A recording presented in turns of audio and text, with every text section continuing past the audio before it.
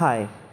നമ്മുടെ വാട്സപ്പ് ബിസിനസ്സിൽ എങ്ങനെയാണ് ഒരു ഗ്രൂപ്പിനെയോ അല്ലെങ്കിൽ നമുക്ക് വേണ്ടപ്പെട്ട കസ്റ്റമേഴ്സിൻ്റെ നമ്പേഴ്സ് ലേബൽ ചെയ്യാൻ നമുക്ക് നോക്കാം. ഈ ലേബലിംഗ് എന്ന് പറയുമ്പോൾ വളരെ എഫക്റ്റീവാണ്. നമുക്കിപ്പം ഒരുപാട് ലീഡ്സ് വരുന്നു, അല്ലെങ്കിൽ ഒരുപാട് ഗ്രൂപ്പുകളുണ്ട്, ഒരുപാട് കസ്റ്റമേഴ്സ് മെസ്സേജ് ചെയ്യുന്നു. അപ്പോൾ നമുക്കിപ്പം പല രീതിയിലുള്ള പ്രൊഡക്റ്റ് ഉണ്ടെങ്കിൽ ഇപ്പോൾ എനിക്കിപ്പോൾ വരുന്നത് പ്രൊഡക്റ്റ്, ഈ ഒരു പ്രോഡക്റ്റ് എനിക്ക് വേണം, ഫോൺസ്. അപ്പോൾ ഈ ഫോണിന് വേണ്ടിയിട്ടുള്ള മെസ്സേജ് ചെയ്ത ആൾക്കാർ കുറച്ച് പേരുണ്ട്. അതേസമയം വേറെ കുറച്ച് പേര് ഹോൾസെയിലായിട്ട് എൻ്റെ സാധനങ്ങൾ മേടിക്കുന്നുണ്ട്. അപ്പോൾ ഇങ്ങനെ വരുമ്പോൾ നമുക്ക് അവരെ എപ്പോഴും ഓർത്തിരിക്കാനോ നമ്പർ സേവ് ചെയ്യാനോ പറ്റത്തില്ല.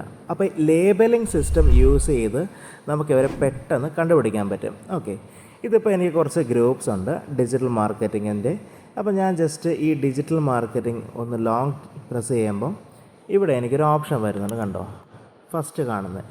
ഇതിനെയാണ് ലേബൽ എന്ന് പറയുന്നത്. ഒരു തവണ ക്ലിക്ക് ചെയ്യുക, ഇവിടെ ഒത്തിരി ലേബൽസ് വന്നിട്ടുണ്ട്. New customer, new order.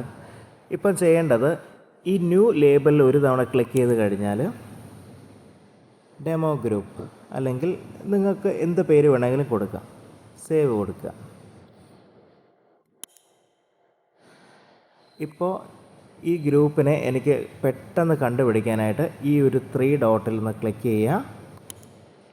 അതിനുശേഷം ലേബൽസ് ക്ലിക്ക് ചെയ്യുക. ഇവിടെ ഞാൻ ഡെമോ എന്ന് ക്രിയേറ്റ് ചെയ്തതിന് സെർച്ച് ചെയ്യാം. ലാസ്റ്റ് വന്നിട്ടുണ്ട് ഡെമോ. ഒരു തവണ ക്ലിക്ക് ചെയ്തു, ഞാൻ ലേബൽ ചെയ്തിട്ടുള്ള ഗ്രൂപ്പ് ഇവിടെ വന്നിട്ടുണ്ട്.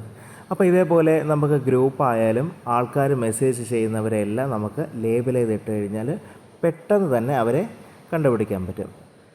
ഓക്കെ, നമുക്കിപ്പം അടുത്ത ഒരു ഗ്രൂപ്പും കൂടെ ഒന്ന് ചെക്ക് ചെയ്യാം. ഇതിന് ഞാൻ സെപ്പറേറ്റ് പേര് കൊടുക്കാം. New label, Facebook group,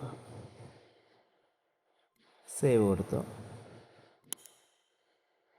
3 ഡോട്ടിൽ click ചെയ്യുക, ലേബൽസ് കൊടുക്കുക,